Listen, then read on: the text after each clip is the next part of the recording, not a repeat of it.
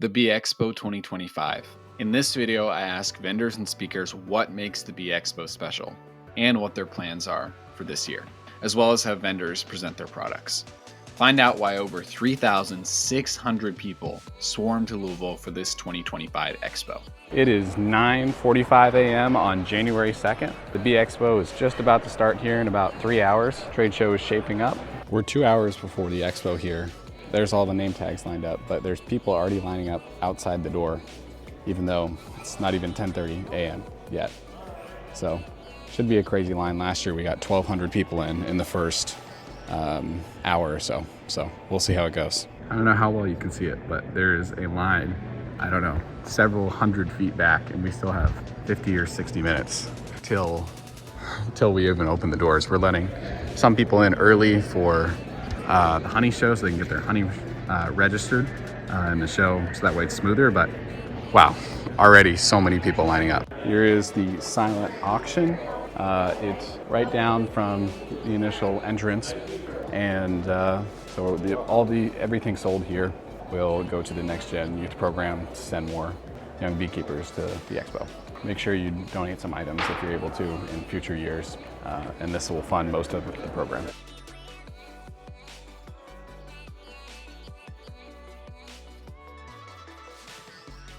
Hi, my name is Talon Redding. I am a good friend of Kamon and Laurel, and I met Kamon probably 12 years ago or so. We met through Bee Source, of all places, and I needed to buy some used equipment, and he had some, and we met, and we just hit it off from there.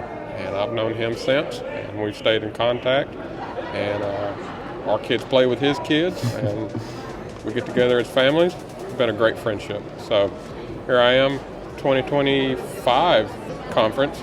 It's become something that I never expected it would be. So I'm greatly impressed with what he's doing here. What's your favorite part of this year's Expo? Just seeing the scale and meeting all the people. Like, this is the synergy that's here. So it's definitely something that is scarce these days. And I think that's the most rewarding part for me. Absolutely. Well, thanks for talking to me, Talon. Absolutely. Thank you. Here's the Expo map from 2025. It's only Friday. It's about 1:40, so not everybody's put their pin in. But this is what we got so far. This one right here is my pin. It's not exactly where I live, but it's probably pretty close. Looks like we got some people up pretty much where my boss's bees are up in Aroostook County, and then most of them are in the south here. But a fun tradition. I've pictured pretty much of every map from every year. Hello everyone, we're here with Natalee Summers at our booth here. How's the Expo gone here in 2025? It's good. I think there's a lot of really unique things about this Expo, and I was talking to a couple people about it, and there's just no other conference that tops this place, and it's just so hard to beat, honestly. And there's just a lot of little things that are special about it. A lot of people talk about the deals, and they started doing like classes this year of separate. Those are really good. Gus Mitchell had a really good class on that. And also, this is just a place that everybody gets together, and we get to see all the people that we see on YouTube and just all over the world. So just all of that collaboration and everything. I mean, you're in Maine, and I never see you anywhere else, so it's stuff like that that's really cool. But the Expo's been really good. We've had a really chill one this year. I feel like last year was a little chaotic, but this year's been really good. Yep. So what are your plans for 2025? What are you looking forward to this year? So 2025 is going to be a year of figuring out the plans for the next 7 years. We had some stuff go on this last year, and the family is full-time Hitch Hive Honey and Beekeepers with Natalee, so it's going to be kind of figuring out how to double and how to go full-time in beekeeping. We'll do a lot of splitting and a lot of queens this year, hopefully, so it'll just be kind of growing and seeing what happens. Great. Well, Thanks for talking to us. Yeah, Appreciate of course. Hive colonies, but they had a higher expression of a different odorant vitamin protein. And that makes sense. Again, it's a different chemical that's being detected, so you have different expression. And so that's why So, hi Brian. Happy to have you here. And what have you enjoyed about the Expo so far? I enjoy this right here. Coming down to this Expo, and I've said this to everybody that I've spoken to about this, you can't put a value on meeting people, seeing those that, like, we watch each other online, other content creators, you can't put a value on the time that we can spend together here. Yes, I could go to the talks that they have, that of course I'd love to do that, but we all know they put those videos out later, so I could sit home on my sofa and watch that. This time right here that we could spend together and share amongst each other and be in the moment, you can't put a value on that. So that truly for me is what stands out, and that's why I enjoy coming down to the North American Honeybee Expo. I'm really glad to be here too. What are your plans for 2025? Oh my. Well, so I already have some boxes ordered, and everybody will throw out hashtag whatever. I plan on... hashtag Ryan70 is what I'm hearing. Something. I plan on, if I can get between 15 and 20, that's where I want to be at. I've got the boxes ordered, I've got stuff in place already where I can get up to that level. Equipment-wise, as far as extraction and all of that, I have everything set. So it's just I need to get the strong colonies. I've got it, I think I'm in a good place. So 2025 will be... I think it'll be a good year. So looking forward to it, and only time will tell, right? So. All right, well, thanks for talking to me, Brian. Really appreciate it.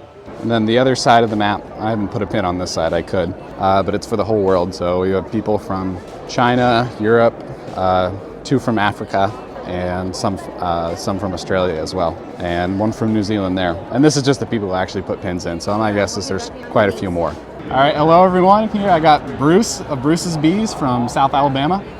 Bruce, have you been enjoying the conference, and what's your favorite part about it this year? Of course, I've enjoyed it. Favorite part, I just going to meeting all the people, the community of beekeepers.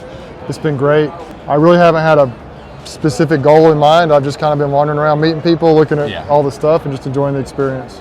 Yeah, I think we've all really had a great time, and there's just nothing like the energy in this room. Like for these 3 days in January every year, it's just special. Yep. Well, thanks for coming on, Bruce, and I'll hopefully see you around a couple more times before we head out. Sounds good. Yes, sir. All right, bye. The honey swap is done. They've finally got everything swapped around. There's over 5,665. Cannot believe it. I mean, that is a ridiculous amount of honey, but it's ready for pickup. This is Friday evening, but we'll pick up tomorrow morning. Hello everyone, we're here with Kara Wagner of Optera Bees, and she's going to tell us about the UBO product.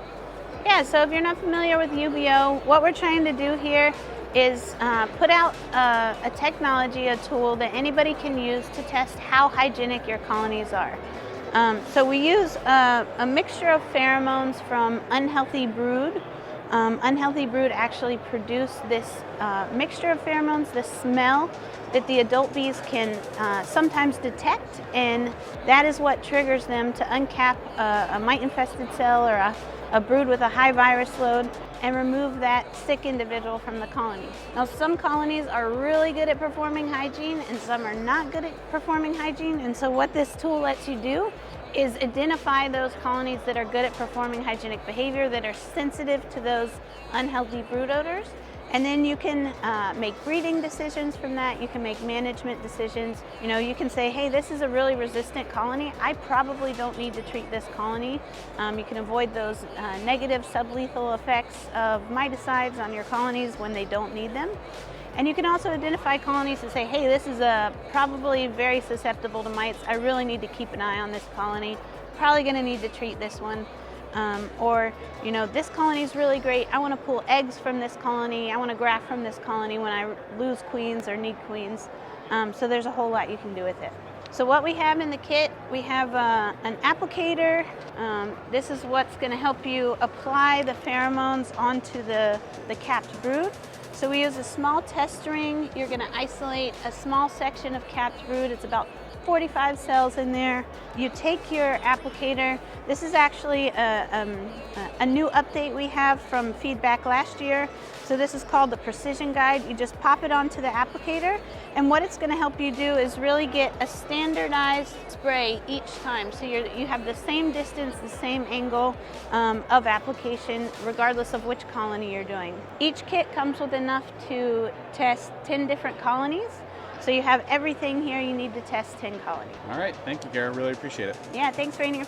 My name's Kamon Reynolds, and I wanted to thank everybody to coming to my Bee Expo this year. I have a stand-in little guy that, no, don't put that on there because Kamon's really gonna get mad at me. The Bee Expo is my favorite thing to do. Actually, I plan my vacation year around getting to go to the Bee Expo. And if you notice, there's quite a few beekeepers, so I'm not the only odd one in the room. There's actually 3,000 odd ones in the room. We have from one extreme to the other extreme and everything in between. It's the only way you wouldn't stand out. That's the reason. I kind of blend in to a degree, but not the way I want to blend in. I still stand out, but not as much. So how many cups of coffee have you given out, Billy Joe? Really, giving out, I cannot even put it in. I can only count to 10 with my shoes on, but if you let me take my shoes off, I can count to 21 with my shoes off, but that's a whole different story because my left foot's got 6 toes. Anyway, what's the next question? We've given out, it's gallons per hour.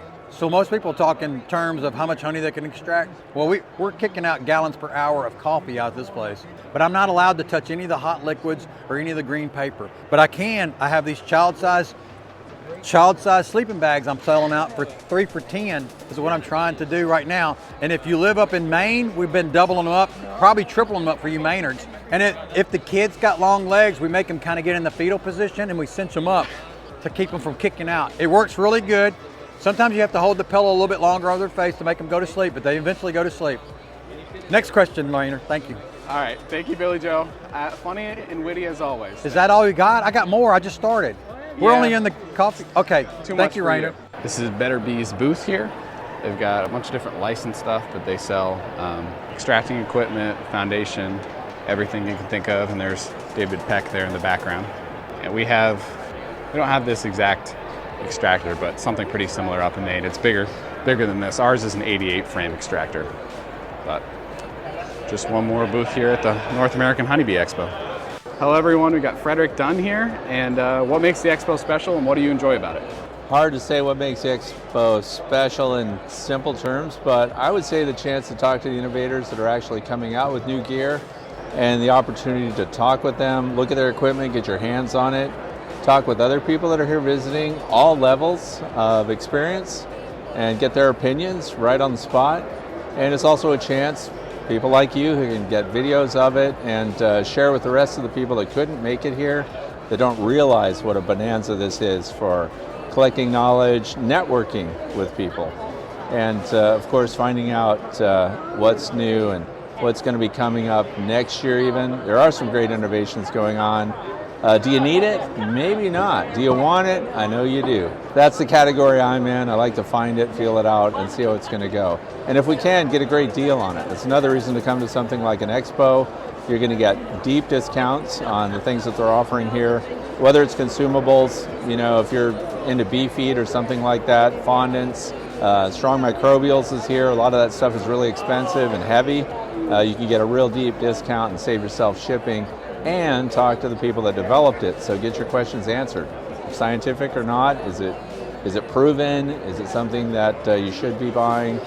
And then of course there are the presenters here, so you get a chance to see some presentations, hopefully giving you information that you don't normally find online, something unique to the expo. Randy Oliver, for example, is putting out information here today that he has not shared yet. So it's a chance, it's primacy. You get the information first.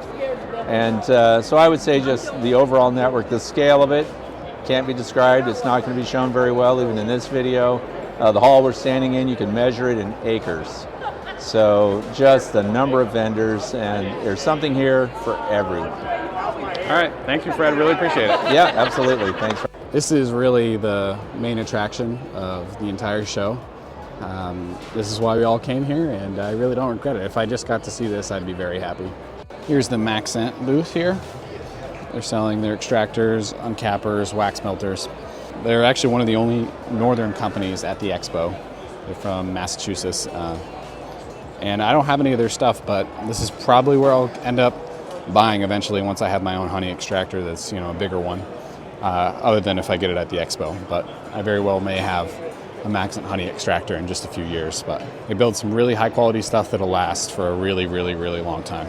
Hello everyone, we got Mike Berry of Berry's Best Honey here, and he's going to tell us about what he likes about the expo and his plans for 2025.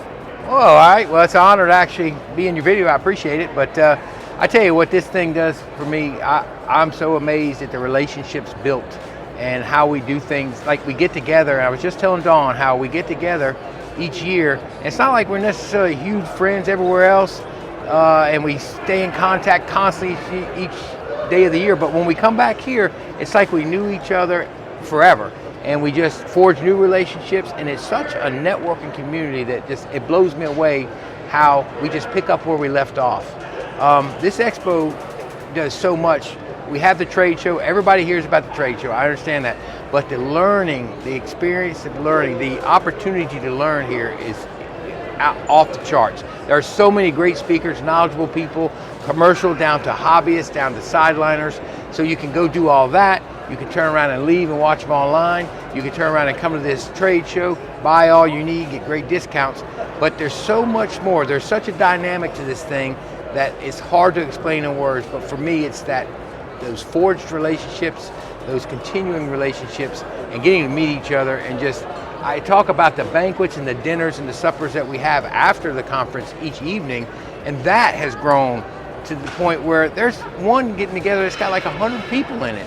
And so to me, it's hard to express in words what it is, but it's grown into a gigantic beekeeping family. Beekeepers are so genuine, and this is a great community to be a part of, and coming here just throws it all together in one big melting pot. So that's what it means to me, and I look forward to it every single year. Thank you, Mike. And what are your plans for 2025? Well, hopefully there's some retirement plans in there for my full-time job, and we're hoping to actually grow the apiary some. Not major, still want to be retired, still want to enjoy my bees. I'm not wanting to get too huge, but boy, it'd be nice to grow up a little bit, have a nice side hustle, enjoy my hobby, make it a little sideliner. So that's kind of the things. Lots of splits, maybe some packages coming through, growing the apiary, maybe double in size, and that's going to be about it, you know, and just keep rolling the videos out. Yep. All right, thank you so much, Mike. Really appreciate it. I appreciate you. Got Thorn Manufacturing here. They build extractors and uncapping tanks and frame spacers, which we have some of those. The Expo is selling some of those too. But some of the best beekeeping equipment you can buy, in my opinion. Heard a lot of great things about them. Last time I checked in on the silent auction, there was only, I think, 12 tables. You can see all the way down there are 27 tables of silent auction stuff, which all the money from this will all go to the Next Gen Bee program. This year, I think 44 people were brought here, partially due to this silent auction. So very, very important part of this event, and people really gave as much as they could. So 27 tables worth of stuff. Amazing. Well, everyone, we have Korhan from Apame Beekeeping here. So he's going to show us about the Apame hive he's got. Hey everyone, this is Korhan from Apame Beekeeping. Like he said, we over-engineer pretty beehives. So our difference is actually, I'm an engineer, my dad's an engineer, my mom's an engineer, my even grandpa is an engineer. So we basically have dinner conversations about what we can do next.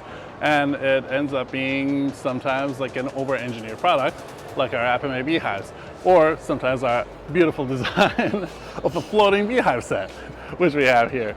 So we came with the R7 insulated beehive, which is like, it looks like this on the inside, but if this was a wood, it would have been, if this was a wood super, it would have been actually like this. So this is basically the same thickness. It gives us, our products give the same insulation value as if it was this entire super. And this thing is about 100 pounds and was not easy to carry, to be honest. But we figured, you know what, let's be a little visual. In fact, next time, this is a wall, one of our walls, just to show that how sturdy it is. We have actually videos of bears trying to break into this. And I was like, guys, should we just grab one of these walls and run over it with one of our forklifts? And the guy, like, would it break? And the guy's like, no, it doesn't break. Well, it turns out my guys already did that in the warehouse. So it is kind of a fun environment to work with. Anyways, so we have this insulation material. It looks like the sponge that you put in, like, this is not a dishwasher sponge. It is called like a structural closed cell roofing foam. The difference between this one and other foams is just in the other ones, it's an open cell. It doesn't give the same R value per inch, and R is basically the resistance, like how much will it resist thermal from like effect from one side to another.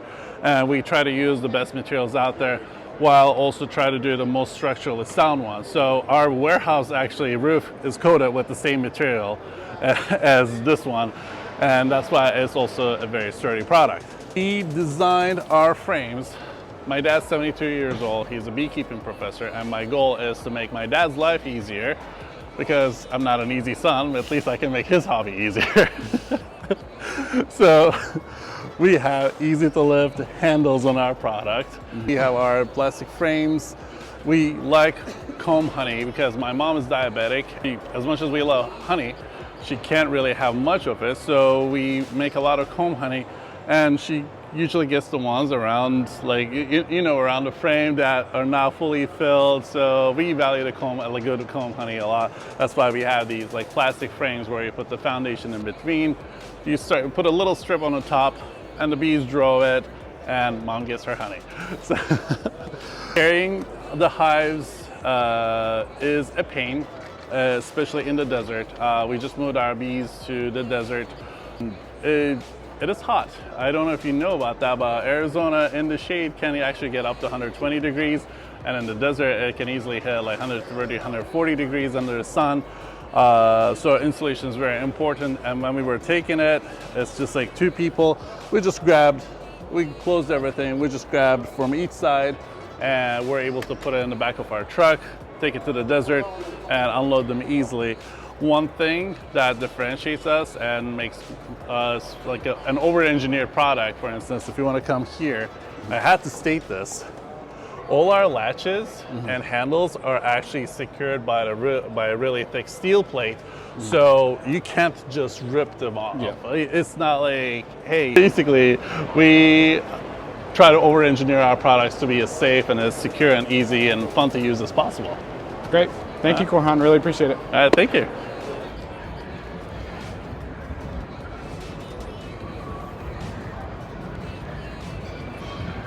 We've got 1,188 exhibitors, 290 exhibits, and then 298 exhibitors and 210 black jars. So pretty good result here.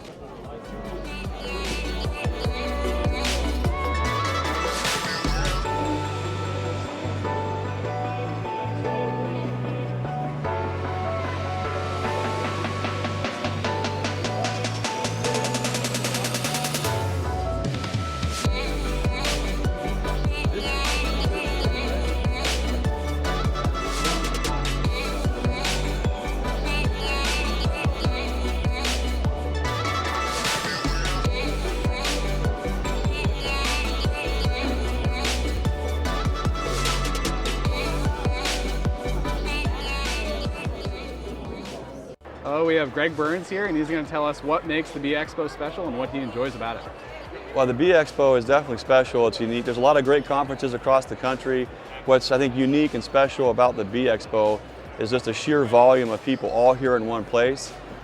That's special, but I think it's the type of people that are here. There's definitely a special vibe with a lot of the folks that are here, share a lot of the same similar beliefs. We can do bees and life all different, but at the core, we have so much in common, and I think that's really, it brings a lot of this together. For me, it's special to be in an entire, I mean, I don't even know how many people are here. There's got to be 3,500, 4,000 people. I can't count that high without taking off my shoes. But there's just something special about being saturated with this much love and kindness and joy and happiness all in one place. For me, that's what it's about. You know, we can go anywhere and everywhere all the time and talk about bees, believe me. And my wife Susie's tired of me always talking about, can we talk about something else? When you come here, it's just a little bit different. We get to meet all kind of great folks, like Ray from Newfoundland. We get to meet Egyptian beekeepers. Say hi, Ray. Hi there, how are you? This is what makes the Bee Expo special, is meeting special people, getting to hear from them, know their heart, know their story. For me, that's what makes the Bee Expo special. That's why we come back every single year. Yes, we're growing our business. We're growing Enduro Hive wax tip. We're growing our queen line and our nukes and all those things. Yes, we have to do that to be financially resilient, to be here, to do the things that we love to do the things that we're called to do, to be a lighthouse to others, to be here, to be live, in the here, in the now. That's what it means to me. All right, thank you, Greg. Really appreciate it. Some additive carbs and protein filters. unicorn horn powder. Unicorn horn powder is as great as it is. Yeah. It's great at $40 an ounce.